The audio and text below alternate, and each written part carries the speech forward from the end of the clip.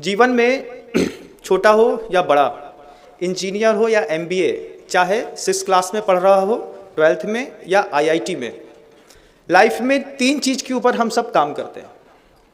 कुछ लोग हैं 1 चीज़ के ऊपर काम करते हैं, कुछ 2 के ऊपर, कुछ 30 के ऊपर। हमको काम कहाँ करना है पहले ये देखना है। हमको अपनी ज़िंदगी में सबसे पहले अपनी परेशानी निपटानी है। अपनी परेशानी समझते हैं? समझते हैं? अपने शरीर की परेशानी अलग वस्तु होती है और अपनी परेशानी अलग होती है। जब हमारी अपनी परेशानी निपटाने का हमको कोई साधन दिखाई नहीं देता है, हमारी परेशानी है जेलसी, हमारी परेशानी है हाइपरटेंशन, हमारी परेशानी है इंफीरियरिटी कॉम्प्लेक्स, हमारी परेशानी है बहुत ज़्यादा किसी भी बात पे एग्रेसिव हो जाना, हमारी परेशानी है बहुत ज़्यादा सोचना, ये हमारी खुद की निजी परेशानी है। क्रोध, मान, माया, लोभ, कसाय, हासना, रत, राज, रति, अरति, शोक, भय, जुगुप्सा और कोई फिजिकल प्रॉब्लम्स रह सकती हैं। ये सब हमारी पर्सनल परेशानियां हैं। दुनिया में सबसे पहले किसी भी इंसान को अपनी परेशानी के ऊपर काम करना पड़ता है। पूछा धैर्य कैसे बढ़ाया जाता है?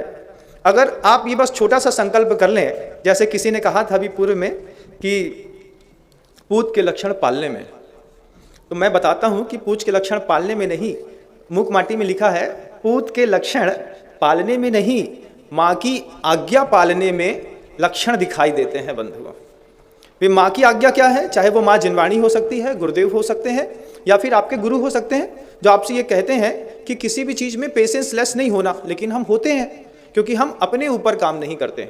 हम अपने ऊपर काम क्यों नहीं करते हैं? इसका सबसे बड़ा कारण है कि बचपन से हमको निग्लेक्ट तो बहुत बार किया जाता है, लेकिन हमको कोई प्रशंसा के रूप में बढ़ाने के लिए एक पॉजिटिव एनर्जी हमारे घर में हमारे बड़े कभी नहीं देते।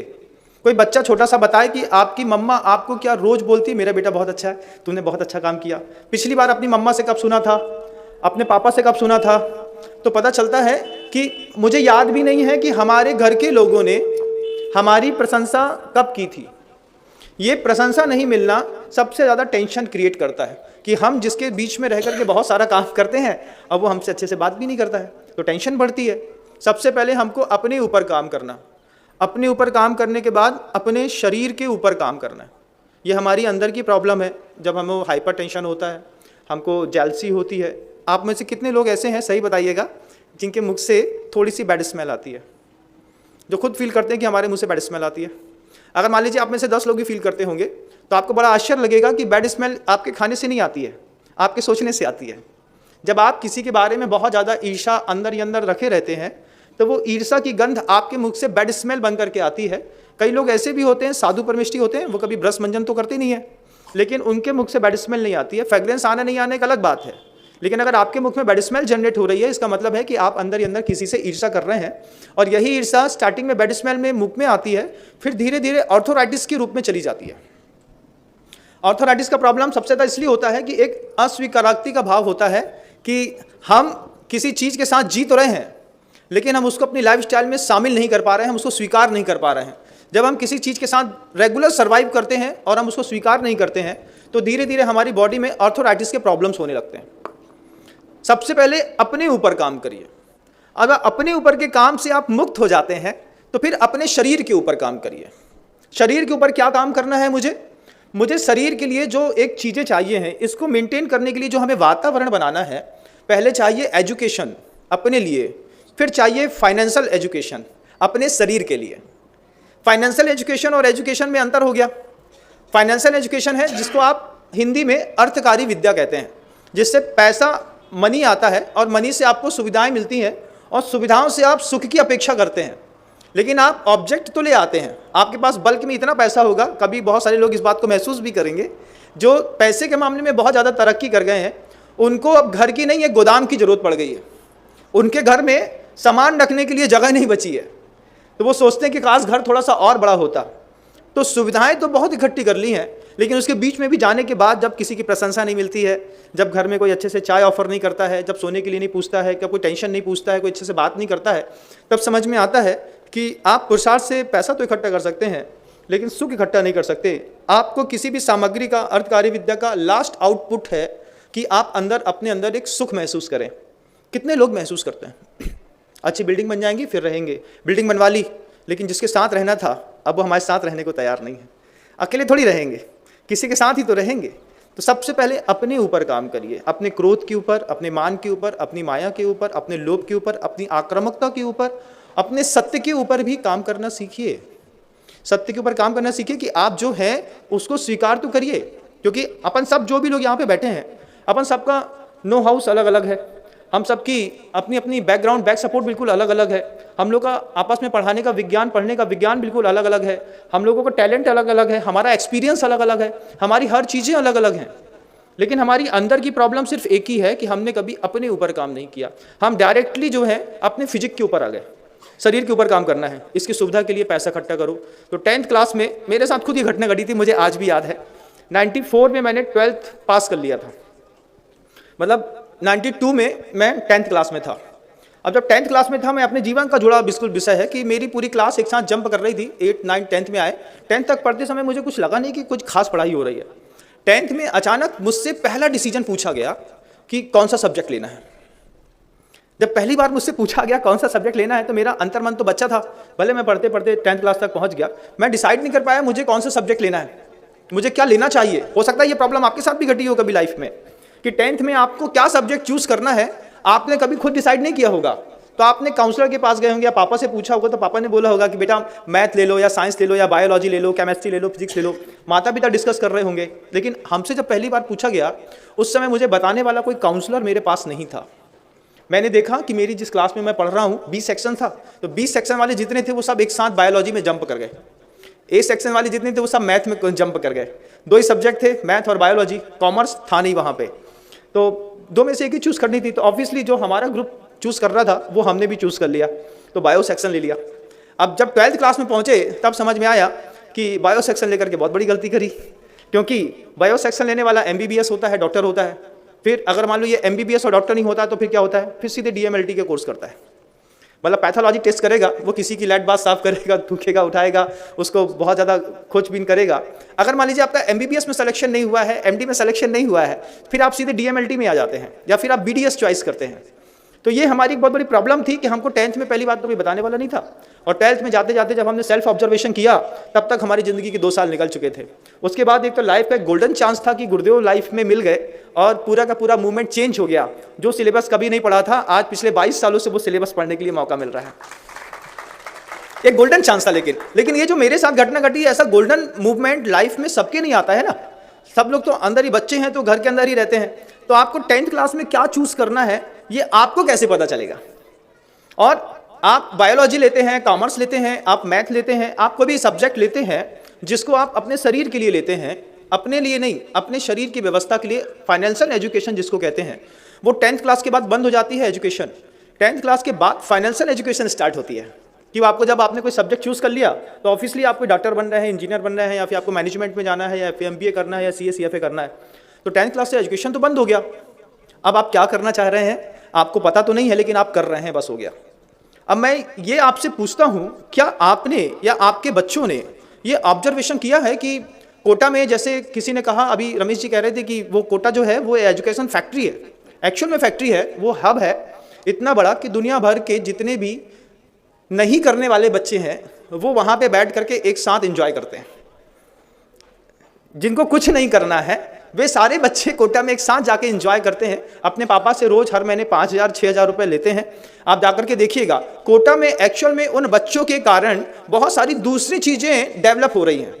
हॉस्टलिंग डेवलप हो रही है, पिज्जा बर्गर के रेस्टोरेंट डेवलप हो रहे हैं, कोई बहुत अच्छे पान मसाले गुटखे की दुकानें डेवलप हो रही हैं, वहाँ का ऑटो में बहुत बड़ा एक वो आ गया है, वहाँ का साइकिल मार्केट बहुत ज़्यादा डेवलप हो रहा है। वहाँ पे रहने वाले लोगों में जो पीजी हैं, पीजी वाले बहुत सारे ऐसे लोग हैं जो अपने घर में 2 कमरे को बेड फिनिश करते हैं और डेवलप हो रहे हैं। एक्चुअल में कोटा में डेवलपमेंट कोटा के अंदर हो रहा है कि जो लोकल लोग हैं उन्होंने समझदारी दिखाई है कि बाहर से आने वाले पैसे का हम यूज़ कैसे करते हैं। और वो जो बच्चे हैं, वो बच्चे 18-20 साल की उम्र में, जब मैंने पिछली बार अभी इंदौर ही गया था तो मैंने देखा था एक इंस्टीट्यूट में जाकर के, कौटिल्य एकेडमी में गया मैं सुबह 6:30-7 बजे, तो वहाँ के टीचर्स वगैरह ने मुझे बताया, बोले महाराज जी बच्चे ग्रुप में आते हैं, ग्रुप में आते हैं, वे ही डिसाइड करते हैं। आपको, आप लोग रहते हैं, आप लोग को माहौल पता होगा कि बच्चे ग्रुप में आते हैं, खुद डिसाइड करते हैं, खुद बार्गेनिंग करते हैं टीचर से कि हम आपको 15,000 देंगे, 17,000 देंगे, 18 दे देंगे। और किसी भी टीचर को कोई भी अधिकार नहीं है कि पीछे मुड़ के देखने का कि कोचिंग इंस्टीट्यूट में बच्चा पढ़ रहा है कि नहीं पढ़ रहा है। उसका काम है अपना सिलेबस सही कराया, पीछे देखा, बच्चे मस्ती कर रहे हैं, बच्चे एंजॉय कर रहे हैं, बच्चे अपना एंड्रॉयड चला रहे हैं, ये आपकी प्रॉब्लम है। तो दुनिया भर के मिडिल क्लास के जो बिजनेस सेक्टर के बच्चे हैं वो एक साथ कोटा या फिर रायपुर, दुर्ग, भिलाई या फिर भोपाल, एमपी नगर, जोन 2 का पूरा एरिया देख लीजिएगा आप, हॉस्टल से भरा हुआ है। छोटी सी ज़मीन मिलती है, आदमी 4 माले का सीधा सीधा हॉस्टल खड़ा करता है। बोले क्यों? दुनिया भर से बच्चे आ रहे हैं। और वो बच्चे, आप शाम के समय आप डीबी मॉल के बाहर का स्पेस देखिएगा जहां बेहतरीन फ्रीक्वेंसी वाला वाईफाई फ्री मिलता है। फ्री वाईफाई के चक्कर में वहां पे एक स्पॉट बना दिए गए हैं। चतुर्मास किया था मैंने 2016 में, तब मैं जाकर के देख के आया। सुबह सुबह जब हम लोग जंगल जाते थे, बच्चे फ्री वाईफाई जोन में जाकर के और 24 घंटे मूवी अपलोड करते हैं और अपने पापा का और अपने परिवार का गोल्डन टाइम बर्बाद करते हैं, एनर्जी बर्बाद करते हैं। और वहां पर 5 साल, 3 साल, 4 साल एंजॉय करने के बाद वो वापिस अपने घर लौट जाते हैं। उनसे पूछा कि ऐसा करके क्या मिलेगा और तुम ऐसा कैसे करते हो? एक बच्चा बहुत अच्छी बात कहता है कि मुझे मेरा बैक सपोर्ट पता है कि अगर मैंने इंजीनियरिंग नहीं करी तो मुझे मेरे पापा की कपड़े की दुकान तो मिल ही जाएगी। तो जब तक आपके दिमाग में बैक सपोर्ट है तब तक आप इंजीनियरिंग भी नहीं कर सकते। ये भी एक बहुत बड़ी प्रॉब्लम है। फिर हमको ये भी देखना है, अभी एक आपको बहुत अच्छा उदाहरण दिखाता हूँ। एमपी गवर्नमेंट ने अभी 2 साल से सब इंस्पेक्टर की एक पेपर एग्जाम निकाला।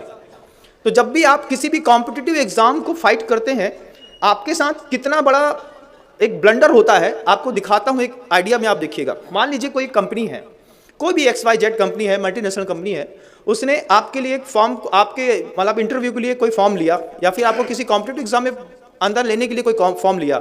फॉर्म की कीमत कितनी? मात्र 500 रुपये, ज़्यादा बड़ी नहीं, 500 रुपये में फॉर्म ले लिया। लेकिन फॉर्म भरने वाले कितने? तो पता चला 20 लाख लोगों ने एक साथ एक सेंटर में 500 रुपये दिए। अब 20 लाख लोगों ने एक सेंटर पे 500 रुपए दिए, तो वो सेंटर वाले के पास 20 लाख लोगों का 500 रुपए इकट्ठा करके उसके पास कितना पैसा आ गया? करोड़ों रुपए।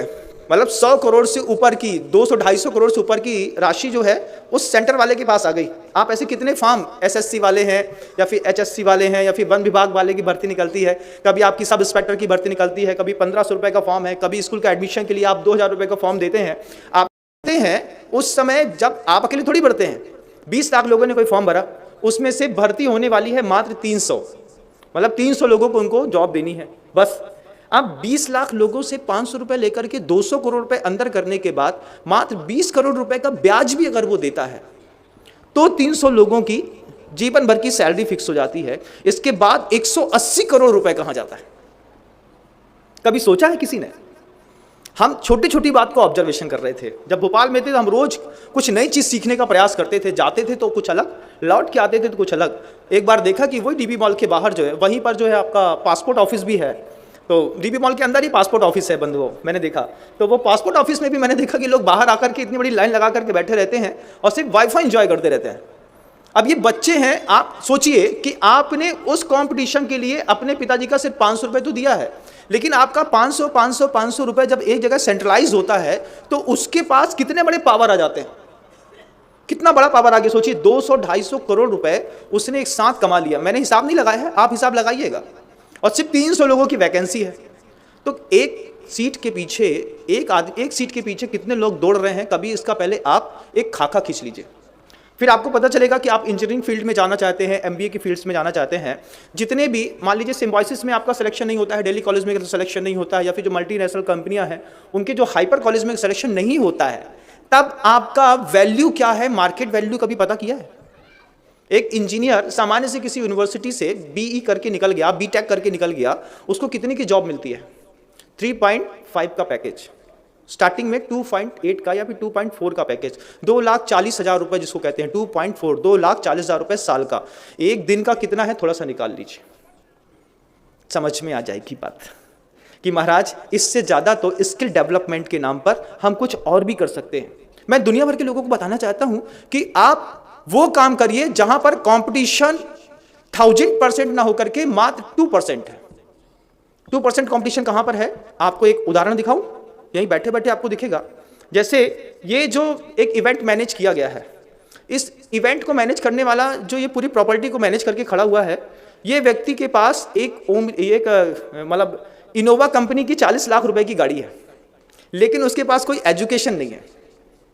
एजुकेशन नहीं है, स्किल डेवलपमेंट के नाम पे क्या है उसके पास कि उसने अपने खुद थॉट बनाया, प्रोड्यूस किया, उसने समोशन बनाए, उसने बड़ा समोशन बनाया, उसमें उसने पूरा स्टेब्लिश किया, उसने देखा कि मार्केट में एक्चुअल डिमांड क्या है।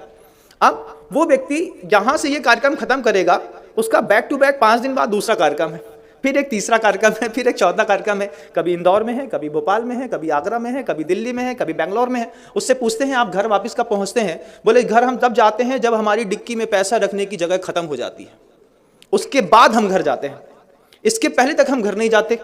तो हमने उनसे पूछा कि एक बार में जब घर जाते हो तो कितना दे करके आते हो? बोले वो जो गिनती है अभी तक मैंने उससे पूछा नहीं है, बस मुझे ये पता है कि मेरे 10, 20, 50 एकड़ के ऐसे 10-20 खेत हो चुके हैं। कुछ दुकानें थी 1-2 तो वो 5-7 में बदल गई हैं, कुछ मकान थे वो कई किराए के मकानों में कई सारे बदल चुके हैं।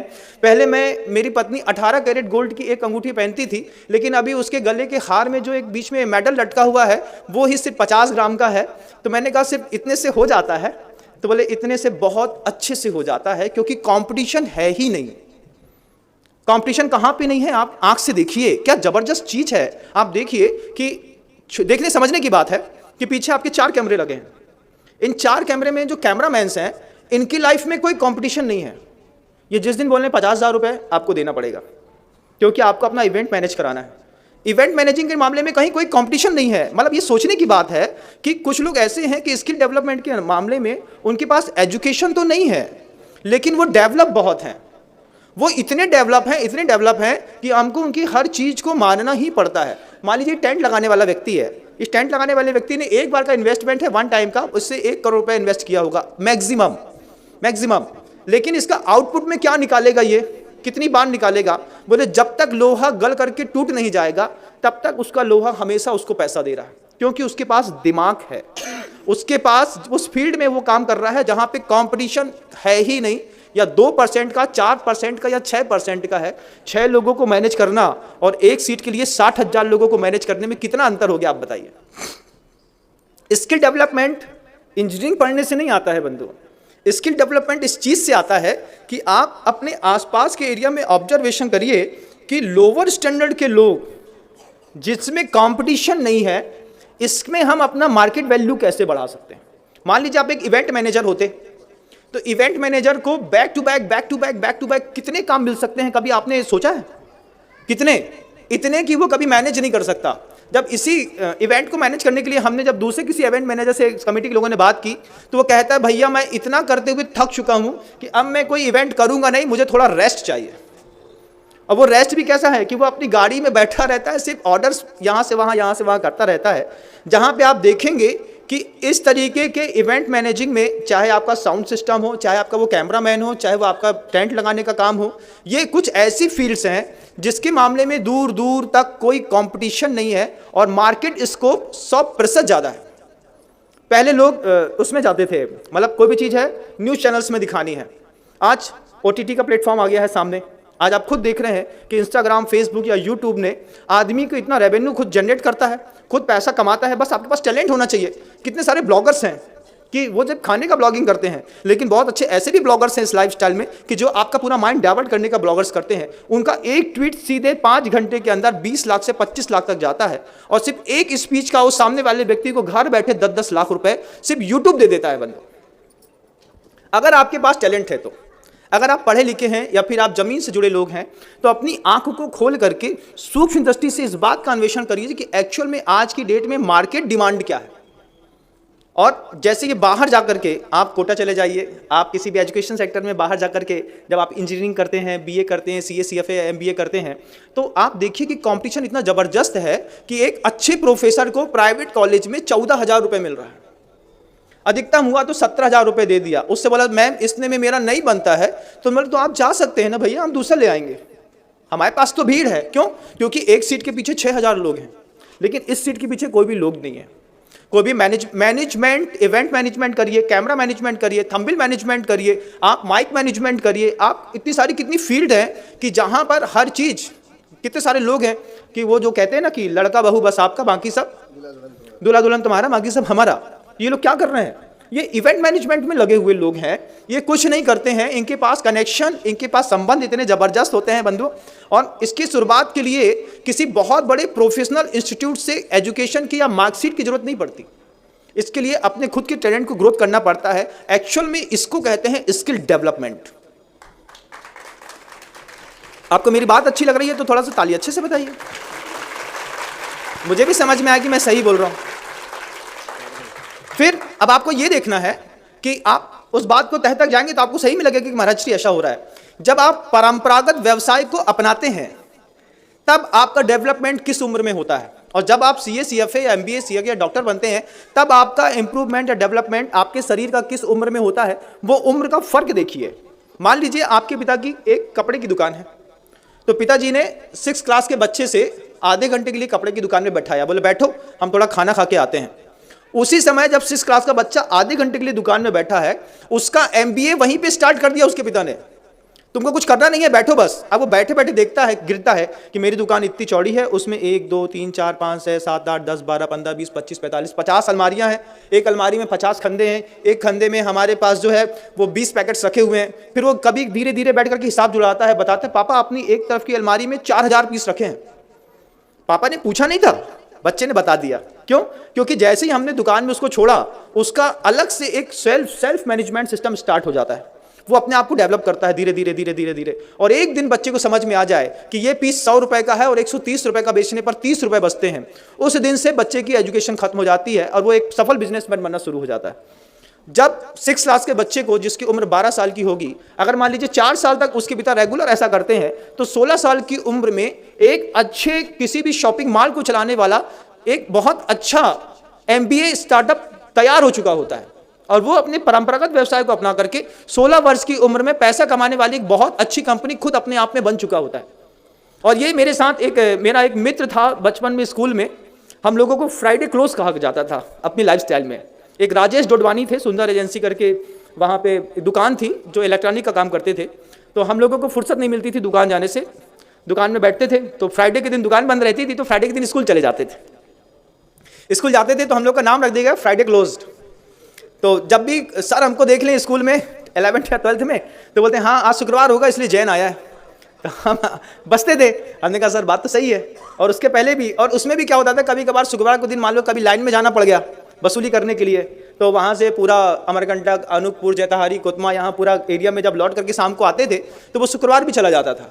और एक शुक्रवार चला गया तो सीधे 15 दिन बाद स्कूल में शक्ल दिखाई देती थी। 12th क्लास की कंडीशन थी हमारी, 11th 12th की। तो सर ने नाम रख दिया हमारा फ्राइडे क्लोज।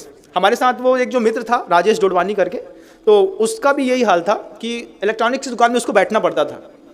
फिर ऐसा करते करते करते कैसे तैसे ले दे के कुछ भी करके, बैक सपोर्ट बहुत ज़बरदस्त था हमारा, मतलब हमारी फैमिली जो थी स्कूल की वो बहुत अच्छी थी। लोग चाहते थे कि अगर जैन तुम फेल हो जाओगे तो तुम्हारे साथ रहने में अच्छा नहीं लगेगा, तो एक काम करते हैं तुम्हारा पेपर हम लिख देते हैं। तो हमने कहा इससे अच्छा क्या हो सकता है तो लोगों ने सपोर्ट दिया, अपना काम हो गया, अपन निकल आए। मैं ये बताना चाह रहा हूँ कि हम लोग 10th क्लास के बाद बहुत कम स्कूल गए हम दोनों। 12वीं क्लास में आते आते उसने एक बजाज का शोरूम खोला, छोटा सा शोरूम था बजाज का, कंपनी स्कूटर्स बिकते थे उस समय। फिर मोपेड पे आया, फिर धीरे धीरे उसने अपने शोरूम डेवलप करना शुरू किया, तो एक वहाँ पे बेहतरीन शोरूम खोला। अब सिर्फ 20 साल की उम्र में वो पूरे एमपी के अंदर रिकॉर्डेड स्कूटर बेचने वाला सबसे बड़ा बिजनेसमैन बन गया, 22 साल की उम्र में मात्र बंधु। उसके पास जाकर के पूछा तो बोले क्या हुआ, तो बस उसने कहा कि देखो जैन, पढ़ने लिखने से तो कुछ नहीं होता, एक बात तो पक्की है कि इस तरीके से काम करने से बहुत कुछ होता है। और एक परंपरागत व्यवसाय को बनाते हुए, समझते हुए, पढ़ते हुए जो स्किल डेवलपमेंट 12th क्लास के स्टूडेंट का होता है, या फिर छोटी उम्र में परंपरागत व्यवसाय को अपनाए वाले का होता है, वे लोग सीए, सीएफए और एमबीए करने वाले, एक डॉक्टर, सफल डॉक्टर तैयार होने में 31 साल की उम्र लगती है। 31 साल के बाद एक पेशेंट का 600 रुपये मिलता है। उसमें भी मार्केट में इतना कंपटीशन रहता है कि अगर आपने एमबीबीएस किया है तो आप कचड़ा ही हैं। जब तक आप किसी भी मार्केट फील्ड में, जब तक आप डीएम नहीं कर लेते हैं, एमडी की कीमत खत्म हो गई बंधु आजकल। अब डीएम चाहिए, डॉक्टर ऑफ मेडिसिन चाहिए, उसके बाद कोई आपके सामने खड़ा होता है। उस समय तक किसी एक स्वस्थ युवा की 31 साल की उम्र जा चुकी होती है। अनुभव के बहुत सारे वर्ष सिर्फ एजुकेशन में निकल चुके होते हैं। उसके बाद उसकी ज़िंदगी में कोई उतार चढ़ाव, तरंगे, कुछ इमोशंस कोई बाकी नहीं रहता, सिर्फ वो पैसे कमाने की फैक्ट्री बन जाता है बंदा। कितना बड़ा लॉस है ये हमारा। और इसी तरफ आप इंजीनियर को देख लीजिए कि मान लीजिए उसने सिंपल कॉलेज से, किसी भी लोकल कॉलेज से कोई MBA मतलब आपका इंजीनियरिंग कर ली है, BA BTech कर लिया हुआ है, तो वो सिर्फ 8,000 रुपये, 9,000 रुपये, 10,000 रुपये, बहुत जोर मारा तो 12,000 रुपये में वो क्या करेगा, 14,000 रुपये में जिस स्कूल से पढ़ा है उसी स्कूल में पढ़ा सकता है, बस वो इतना कर सकता है। और इसी को वहाँ पर लोकल कॉलेजेस में फैकल्टीज़ कहा जाता है। इंग्लिश के 4 शब्द आने का मतलब आप सफल नहीं हो गए हैं। लेकिन स्किल डेवलपमेंट ये छोटे छोटे लोगों से हमको देखने और समझने की ज़रूरत है कि जो छोटी छोटी जगह पर बैठ करके बल्क में पैसा प्रोड्यूस कर रहे हैं, ये कैसे करते हैं। अगर मान लीजिए, हमने ये नहीं कहा कि अभी आपको अपने ऊपर काम करना है, अपने शरीर के ऊपर काम करने के लिए कोटा जाने की कोई ज़रूरत नहीं है। अपने शरीर के ऊपर काम करने के लिए आपको अपने दिमाग का कोटा खाली करने की ज़रूरत है कि हम गुरुओं की भाषा सही समझ सकें और उसको इम्प्लीमेंट कर सकें। इसका फ़ायदा बताते हैं। इसका फायदा क्या है, मान लीजिए आपने अपना प्रोडक्शन स्किल्स खुद कुछ स्टार्ट किया। मान लीजिए जैसे लोग कहते हैं कि अगर आप अच्छे पेंटर हैं तो पेंटिंग करिए। अभी यहीं का लेटेस्ट मुझे समझ में आया कि आचार्य ज्ञान सागर जी महाराज जी का एक मुझे फोटो पिक्चर ऑयल पेंट में बनवाना था। उसके लिए ये केसी जैन साहब तो बहुत अच्छे जानते हैं कि खैरागढ़ यूनिवर्सिटी में एक बेहतरीन पेंटर्स को मैंने ऑर्डर दिया कि आप वहाँ पे गुरुदेव का एक पेंटिंग बना दीजिए। तो उन्होंने पेंटिंग बना के आज ले भी आए हैं, वो पेंटिंग यहाँ पर आ भी गया है आज। अब उसकी कॉस्ट वो वहाँ पे बैठे बैठे ले रहा है। अगर आपके पास पढ़ाई में मन नहीं लगता है तो आप किसी कौशल विकास में, किसी कला में अपना महारत हासिल करिए। हो सकता है आपके गले में कोई बहुत अच्छा कुमार सानू या लता मंगेशकर बैठी हो सकता है आपके हाथ में कोई पिकासो बैठा हुआ हो सकता है आपके हाथ में कुछ मिस मैरिजम दिखाने वाला कोई PC सरकार बैठा हो, लेकिन हम उसको पहचान नहीं पा रहे हैं। और ऐसा नहीं है कि कोई बच्चा अपने घर के अंदर जो है वो बहुत सारे ट्रक खरीद रहा है तो हमको उसको इंजीनियरिंग ही करानी है। हमको उसका मोटिव चेंज करना है।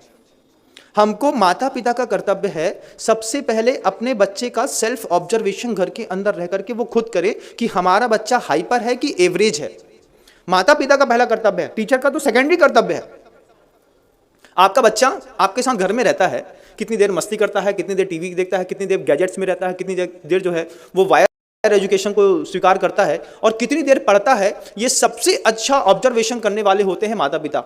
माता पिता का काम है कि सबसे पहले बच्चे का ऑब्जर्वेशन करके बच्चे का एक बिलिंग निकाल दें, एक उसको पहले वो मार्क्स दें कि मेरा बच्चा एजुकेशन सेक्टर में एवरेज है। एवरेज मतलब 30 to 50, not 55, not 60, not good A second, only second, इसको एवरेज कहते हैं।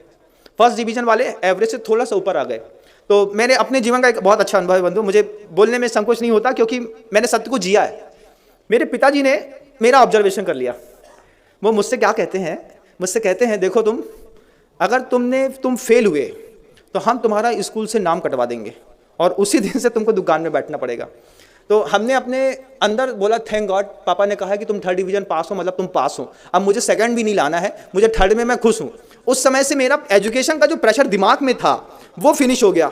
फिर मैंने क्या सोचा कि मेरा 55% भी आता है तो बहुत अच्छी बात है। फिर मैंने जितनी बार मेहनत करी है सिर्फ 60% के लिए करी और हर बार मैं 2nd आता रहा और निकलता चला गया। सबसे बड़ी बात थी कि दिमाग में जो कंपटीशन क्रिएट करने वाले लोग होते थे उन्हीं ने मुझे कंपटीशन के प्रेशर से बाहर कर दिया। उन्हें पापा ने ऑब्जर्वेशन किया कि देखो तुम एवरेज हो, मैं समझ गया हूं। तो उन्हें एक बार मार्कशीट देखी, उन्हें देखा कि 2 विषय में बिल्कुल नंबर को छूते हुए नंबर आए हुए हैं। एक विषय में एक आध बार थोड़ा कुछ कम नंबर भी आ गए होंगे तो एक आध नंबर का ग्रेस मिल गया। मुझे याद है 8th 9th में कभी ग्रेस मिला होगा मुझे कि बोले तुमसे ये अंग्रेजी नहीं आती है, आज भी नहीं आती है बंधु, मैं आप लोग को सुन के थोड़ा थोड़ा सीखता रहता हूँ। और तो मैंने कहा 2 नंबर उसमें ग्रेस में मिल गए। तो वो बोलते हैं ये एवरेज है, कह दिया कि 3rd डिवीजन भी पास होना लेकिन हो जाना। फेल हुए, नाम काटा, सीधे दुकान में। मेरे माइंड सेट किया हमने अपनी बायोलॉजिकल क्लॉक को कि मुझे 3rd डिवीजन में लेकिन पास हो जाना है, फेल नहीं होना है। जैसे मैंने अपना माइंड सेट किया वैसे मुझे जीने के लिए बहुत सारी चीज़ें और बहुत सारा समय मिलने लगा। नहीं तो स्कूल से 5 बजे आओ, खाना खाओ, पापा को छुट्टी दो और सीधे होमवर्क में लगो तो रात का 9 बजता था। उस प्रेशर से फ्री हुआ, आज लाइफ को बहुत अच्छी तरीके से एंजॉय कर रहा हूँ। और जो लोग बहुत ज़्यादा प्रेशराइज होकर के करते हैं, IIT कंपटीशन फाइट करना है, ये करना है, वो कंपटीशन फाइट तो कर लेते हैं, 99.99% लेकर के आते हैं। इसको ADHD कॉम्प्लेक्स कहते हैं। मैं इसके बारे में पहले भी स्पीच दे चुका हूँ। हाइपर एक्शन एक डिसीज़ है कि हमारा बच्चा हमसे 3 गुना ज़्यादा कैसे हो गया है। वो कुछ हमारे भोजन के कारण, कुछ वातावरण के कारण वो डिसीज़ है। वो बच्चा बेचारा बीमार हो गया है जो 99.95% लेकर के आ रहा है। आपको आश्चर्य लगेगा, वो बीमार है बच्चा, हमको लगता है कि हमारा बच्चा इतना टैलेंटेड है, कई बार तो गर्व होता है ना कि अरे मेरा बच्चा इतना टैलेंटेड कैसे हो गया, एक्चुअल में बीमार है। ये आक्रामक लोग जो होते हैं, जो 99.95% लेकर के आते हैं, ये अपने टाइम में जब डिप्रेशन में जाते हैं बंधुओं, तो सीधे सुसाइड करते हैं।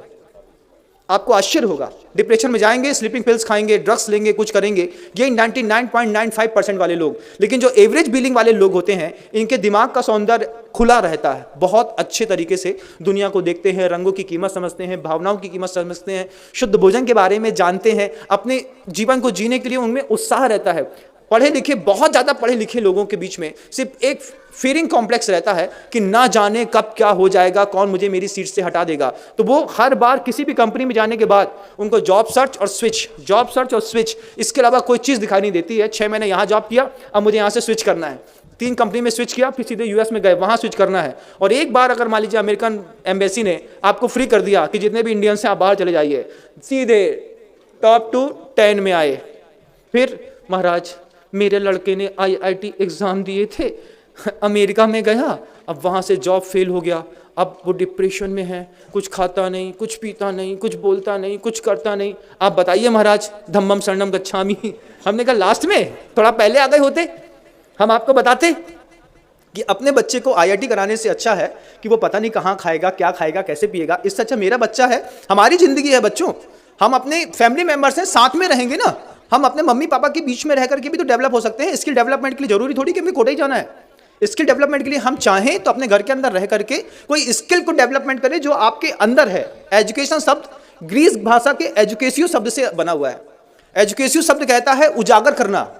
हमारे अंदर कोई चीज है, शिक्षक उसको दूर से देखता है, उसकी पारखी नजर है और देख करके बताता है तुम इस फील्ड में बाहर जाओ। तो मेरे अंदर के टैलेंट को जो बाहर दिखा दे उसको एजुकेशन कहते हैं। समझ रहे हैं आप? हमारे अंदर कोई टैलेंट है, उसको बाहर दिखा दे उसको एजुकेशन कहते हैं। और वो एजुकेशन, वो टैलेंट ऐसे डेवलप नहीं होता कि कोई दिखाएगा तो हम मान जाएंगे। उसको आपकी तालियों की गड़गड़ाहट और आपकी प्रशंसा की बहुत बड़ी जरूरत पड़ती है। घर के अंदर आप किसी छोटे से बच्चे को, यहाँ पर इंदौर से मनीष जी बैठे हुए हैं, मैं शायद उनकी मेरी दृष्टि नहीं जा रही, चाहे तो अगर सुन रहे हो तो मेरी बात तो खड़े होकर के अपना उपस्थिति दिखा सकते हैं कि वे मनीष जी थे। तो छोटी सी बच्ची थी, उन्होंने अपनी बच्ची को, लोकप्रिय नाम है उसका, उसको डेवलप किया छोटी सी उम्र में कि बेटा तू बहुत अच्छा गाती है, बेटा तू बहुत अच्छा गाती है। क्या मतलब प्रशंसा का क्या खेल होता है कि जब उन्होंने अपने बच्चे को डेवलप किया कि तुम बहुत अच्छा गाते हो, बहुत अच्छा गाते हो, तो उसके अंदर की लता मंगेशकर उठ करके बाहर चली आई। और धीरे धीरे जब बहुत अच्छे सितार वादक के, तबला वादक के हाथों में उन अपनी बच्ची को पढ़ने के लिए 3, 4, 5 साल सौंपा, तो आज वो क्लासिकल की इतनी बड़ी सिंगर हो गई है। छोटी सी उम्र में भी, 17-16 साल की उम्र है, 17 साल की उम्र में, लेकिन जब वो गाती है, जब वो कुछ बोलती है, जब वो अपने पूरे उसमें बैठती है, तो लोग उसको सन्न होकर के चुपचाप सुनते हैं। इसको हमने उनसे पूछा कैसे डेवलप किया? बोले महाराज दुनिया में अगर अपने बच्चे को ऊंचा उठाना है तो आपको उसकी प्रशंसा जरूर जरूर और जरूर करनी पड़ेगी। और छोटी सी उम्र में, 5वीं 7वीं 8वीं क्लास की उम्र में आप अपने बच्चे से कितनी बार ये शब्द आपने कहा है कि तुम गधे हो, तुमसे नहीं हो पाएगा? आप बताइए, ऐसा कोई पुण्यात्मा बोले कि हमने अपने बच्चे को कभी जीवन में गधा नहीं बोला है? कोई एक व्यक्ति बता दे। आप सोचिए कि कितनी बार जब हम अपने बच्चे को, जब पिता उसका मोरल डाउन करता है, जब उसके फैमिली मेंबर्स उसका मोरल डाउन करते हैं इस बात को लेकर के कि तुम गधे हो, तुमसे कुछ नहीं हो पाएगा। फिर दूसरी बात, तुम ये फालतू की बात मत करो, पढ़ाई में मन लगाओ। फिर तीसरी बात, सामने से वाले बोले तुमको जब देखो तब तुम पैसा बर्बाद ही करते रहते हो। फिर तुमसे ज्यादा गया बीता मैंने इंसान नहीं देखा। 5th क्लास की उम्र तक आते आते बच्चा 50,000 बार अपने पिता और माँ और फैमिली मेंबर्स के मुख से इस तरीके के नकारात्मक शब्दों को सुन चुका होता है। उसके बीच में उसको अपना हौसला उठा करके इस मंच तक बैठने के लिए कितनी मेहनत करनी पड़ती है ये बच्चा जानता है। बंदे, एक बेहतरीन दिन बनाने के लिए पूरी रात लगती है और तुमको ये आसान बात लगती है।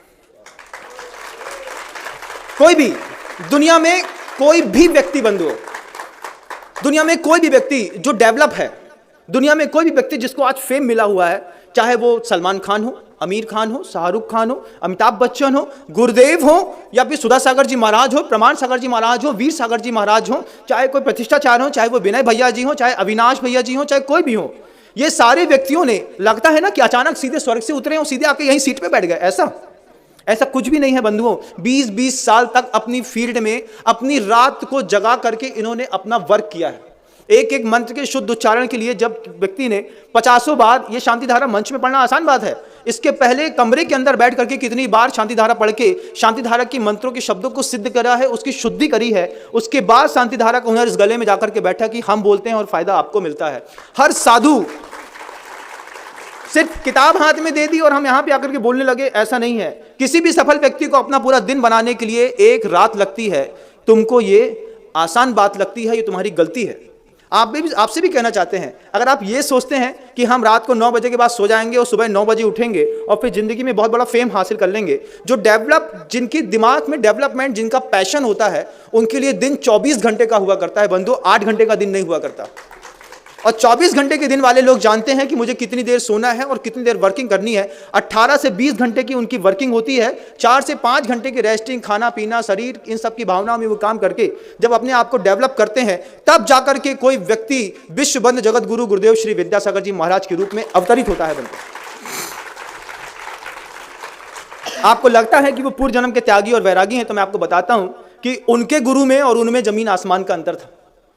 उनको मारवाड़ी आती थी, इनको कन्नड़ आती थी, हिंदी भी ढंग से नहीं आती थी। अभी थोड़ा गुरुदेव पिछले 10-12 सालों में, 15 सालों में बहुत साफ सुथरी हिंदी बोल रहे हैं, नहीं तो इसके पहले गुरुदेव भी हैं को हाँ कहते थे। तो कई बार होती में और होते में अंतर नहीं, रात हो गया, अब ऐसा बोलते थे तो अपन बोलते नहीं रात हो गई, गई कि गया बोले समझ में नहीं आता प्रोनाउंसिएशन में कहाँ पे गया लगाना है, कहाँ पे गई लगानी है।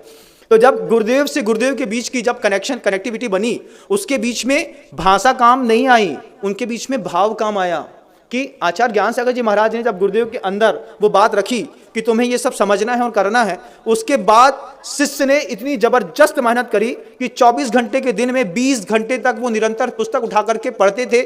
छोटा सा दिया मिलता था शुद्धि का जला हुआ, और उसमें उन्होंने पूरी कातंत्र रूप माला अपने दिमाग में याद कर ली, स्तोत्र पाठ याद कर लिए। और जब कभी अचानक भी दादा गुरु ज्ञान सागर जी महाराज ने कहा कि आपसे कुछ आता है, बोले आप जैसा बोले हम वैसा करके बता दें।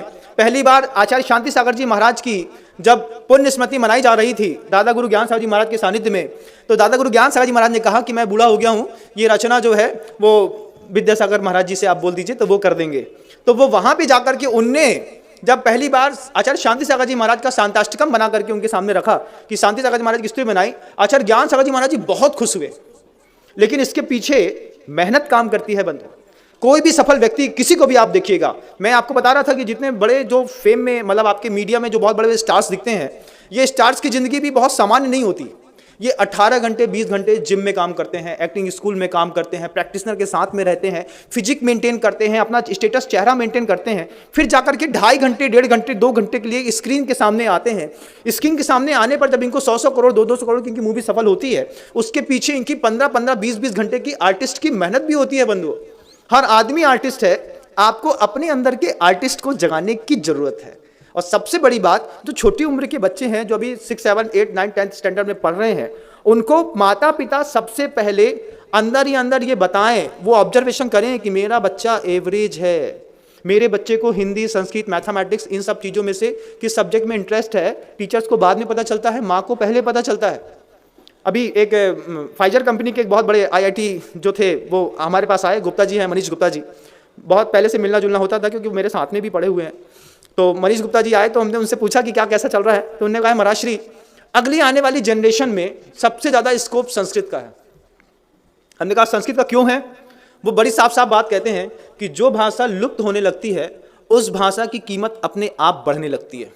अभी लोग अंग्रेजी की तरफ भाग रहे हैं, रशियन की तरफ भाग रहे हैं, फ्रेंच की तरफ भाग रहे हैं, और संस्कृत धीरे धीरे जो लुप्त होती जा रही है, तो उस लुप्त होती भाषा को डेवलप करने के लिए अगले 10 साल बाद आपको किसी ग्रंथ को पढ़ना या पढ़ाना होगा, तो संस्कृत का कोई प्रोफेसर अगर ये कह दे कि हमें एक बार के पढ़ाने के 50,000 रुपये लूंगा, तो लोग उसको 50,000 रुपये दे करके भी 1 घंटा पढ़ाने के लिए तैयार हो जाएंगे। और ये हम वर्तमान में देख भी रहे हैं बंधुओं।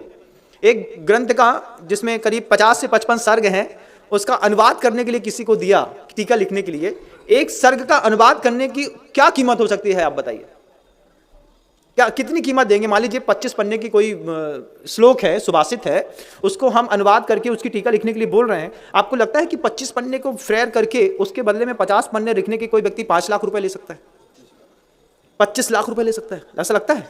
लेकिन ऐसा होता है बंधुओं। जब हमको बड़ा काम कराना पड़ता है तब भाषा की बहुत बड़ी कीमत है। आज मैं तो ऐसा मानता हूं कि अगर आपका बच्चा छोटी उम्र का है तो आप शुरुआत से उसको सिर्फ एक चीज सिखाइए, मात्र संस्कृत। क्यों सिखाइए संस्कृत? क्योंकि ब्रूसली से मैंने एक चीज बहुत अच्छे से सीख ली है। ब्रूसली के मास्टर, जब ब्रूसली अपने मास्टर के पास गया और उससे कहा कि मुझे कुंफू सीखना है, तो मास्टर ने जाकर के ब्रूसली के पूरे फिजिक को ऐसा एक बार टच किया, और टच करने के बाद ब्रूसली के बारे में पता चल गया कि जो ब्रूसली है वो एक तरफ से पैरालाइज्ड है। ब्रूसली का सिर्फ एक हाथ काम करता था, दूसरा हाथ काम नहीं करता था, इसलिए ब्रूसली हमेशा एक हाथ पीछे रखता था। आप कभी देखिएगा, अभी मेरी बात सुनने के बाद आप उसको देखिएगा, आपको पता चलेगा। तो उसके मास्टर ने बोला कि तुमको क्या सिखाएंगे, तो उसको सिर्फ एक फन सिखाया, सीधा हाथ चलाना। बाएं हाथ में पैरालाइज था, सीधा हाथ चलाना सिखाया। सुबह से लेकर शाम तक एक हाथ, 3 महीने तक एक हाथ, 6 महीने तक एक हाथ, 2 साल तक एक हाथ। और जब नेशनल स्टैंडर्ड का जब कंपटीशन होना था, तो उसने अपने बहुत सारे ऑलराउंडर्स को हटा करके वो पैरालाइज्ड ब्रूसली को सामने खड़ा कर दिया। और ब्रूसली को सामने खड़ा करने के बाद मास्टर कहते हैं, ब्रूसली कहता है कि मैं इतना बड़ा कंपटीशन कैसे जीतूंगा, इनके पास तो सारे हुनर आते हैं और मेरे को सिर्फ एक हुनर आता है। तब उसके मास्टर कहते हैं, वो सारे हुनर को तो जानता है, लेकिन तुम एक हुनर में मास्टर हो, तुमको इस हुनर में कोई नहीं हरा सकता है, इसी हुनर से तुम डेवलप होगे। और ब्रूसली ने सिर्फ एक हुनर को सीख करके उसी तरीके से फाइट करी, और ब्रूसली पूरी की पूरी रेसलिंग टीम, वो जो जंप थी उसको जंप करके उसका मास्टर बन करके, विनर बन करके सामने आ गया। हम आपसे कहना चाहते हैं, बच्चों से भी कहना चाहते हैं इस बात को, कि आप 7 सब्जेक्ट, 8 सब्जेक्ट, 9 सब्जेक्ट के ऊपर जा रहे हैं, तो आप एक सब्जेक्ट के ऊपर परमानेंटली फोकस करिए। आप हिंदी के ऊपर फोकस करिए, आप संस्कृत के ऊपर फोकस करिए, अंग्रेजी के ऊपर फोकस करिए। आप किसी एक सब्जेक्ट में भी मास्टर बन जाएंगे तो आपका वैल्यू समान लोगों की वैल्यू से बिल्कुल हट करके होगा। 2 अलग अलग पक्ष हैं बंधुओं। एक पक्ष है जो वेल मेंटेन होकर के सीए बन करके जो लोग बैठे हैं, वो हो सकता है मेरी बात का समर्थन ना करें, लेकिन सीए बनने करके बैठे हुए लोगों की संख्या निश्चित है, लेकिन सीए फेलियर्स की संख्या अनिश्चित है बंधुओं, और फेलियर्स में हम शामिल हैं। तो हम दुनिया को अपनी दृष्टि से देखते हैं, क्योंकि मैंने शुरुआत में ही कहा था कि हम सबका नो हाउस, हमारा टैलेंट, हमारा एक्सपीरियंस, हमारा बैक सपोर्ट, हमारा टैलेंट, ये सब कुछ अलग अलग है। अलग अलग बैकग्राउंड से हम अपने आप को बिलोंग करते हैं। तो फिर हम जिस चीज़ को बिलोंग करते हैं, हम उस स्टैंडर्ड से बताते हैं। आप सफल को हो सकर के लोगों को बोलते होंगे, लेकिन एक फेलियर अपनी लाइफ को कैसे एंजॉय करता है, ये कोई मुझसे अच्छा क्या सीख सकता है। कि मैंने खुद देखा है अपनी लाइफ में कि बहुत ज़्यादा पढ़े लिखे लोग, जब वक्त आता है तो पहला क्वेश्चन पेशेंस कैसे रखा जाता है। ज़्यादा दिमागदार लोग, अकलमंद लोग कितनी बार अकल बंद हो जाते हैं, ये हमने अपने जीवन में खुद देखा है और आज भी देखते हैं। अभी की बात है, भोपाल की एक बच्ची आई थी जिसने का मेंटल डिसऑर्डर चला गया। क्यों? क्योंकि जहाँ जॉब करते थे, जॉब वालों ने सिर्फ 30 दिन के लिए बाहर कर दिया। इतने में यहाँ गर्मी बढ़ गई। आप लोगों के दिमाग में गर्मी ना बढ़े, ज़्यादा बोलने से भी गर्मी बढ़ती है। मैं ज़्यादा बोल रहा हूँ? ज़्यादा बोल रहा हूँ? आप लोगों को कोई क्वेश्चन उठ रहा है मेरी बात से? आपको मेरी बात समझ में आ रही है? आ रही है ना? कि हमने संतानें किसी की एजुकेशन फैक्ट्री को चलाने के लिए पैदा नहीं करी थी, और हमने पैसा इसलिए नहीं कमाया था कि एमबीए के बहाने हम सारा पैसा सामने वाली कंपनी को देते रहेंगे। इससे अच्छा है कि परंपरागत व्यवसाय में अपने बच्चे का प्रवेश कराइए। मान लीजिए आपका किराने की दुकान है, तो बच्चा किराने की दुकान खोले, हाँ उसको मॉडर्नाइज करे, कंप्यूटर एजुकेशन ले, बीए करे, एमबीए करे, सीए सीएफए करे, कोई बात नहीं है, लेकिन लौट करके बिजनेस सेक्टर पे वापस आए और अपने पापा का बिजनेस संभाले। उसको आप ऑनलाइन करिए, उसको आप डेवलप करिए, उसको मॉल में एक्सचेंज करिए, क्योंकि वो आपके ब्लड में है। कुछ एजुकेशन आपके ब्लड में बाई बर्थ आपको जेनेटिकल मिली हुई है। आपको जेनेटिकल जो आपकी जो एजुकेशन है, आप उस पर फोकस नहीं करके, अब एक डॉक्टर का लड़का बोले कि मुझे स्पाइस जेट चलाना है, तो सोचो अपने आप को मोड़ने में कितना मुश्किल होता है। जबकि उससे बोलो क्यों एनेस्थीसिया, बोले क्या तुम डॉक्टर की बात कर रहे हो, हमसे बताओ, अभी हम ही लगाते थे, हम रोज देखते हैं। तो वो लगा भी देता है और ऐसा होता भी है। कंपाउंडर की जो जॉब है कई बार डॉक्टर से ज़्यादा अच्छी चलती है। बोले भैया डॉक्टर साहब को कुछ भरोसा नहीं है, लेकिन एक कंपाउंडर को हाथ एक नंबर है। जो प्रिस्क्रिप्शन में जो चीज़ लिख देती है वो हो जाता है। आप उसको झोला छाप कहते होंगे, लेकिन ऐसे लोगों की सक्सेस होने की संख्या लेवल बहुत ऊपर है बंधु, बहुत ज़्यादा ऊपर है। अगर आपको कोई क्वेश्चन उठता है तो आप पूछ सकते हैं, नहीं तो अपन अपने शब्दों को विराम देने का प्रयास करेंगे।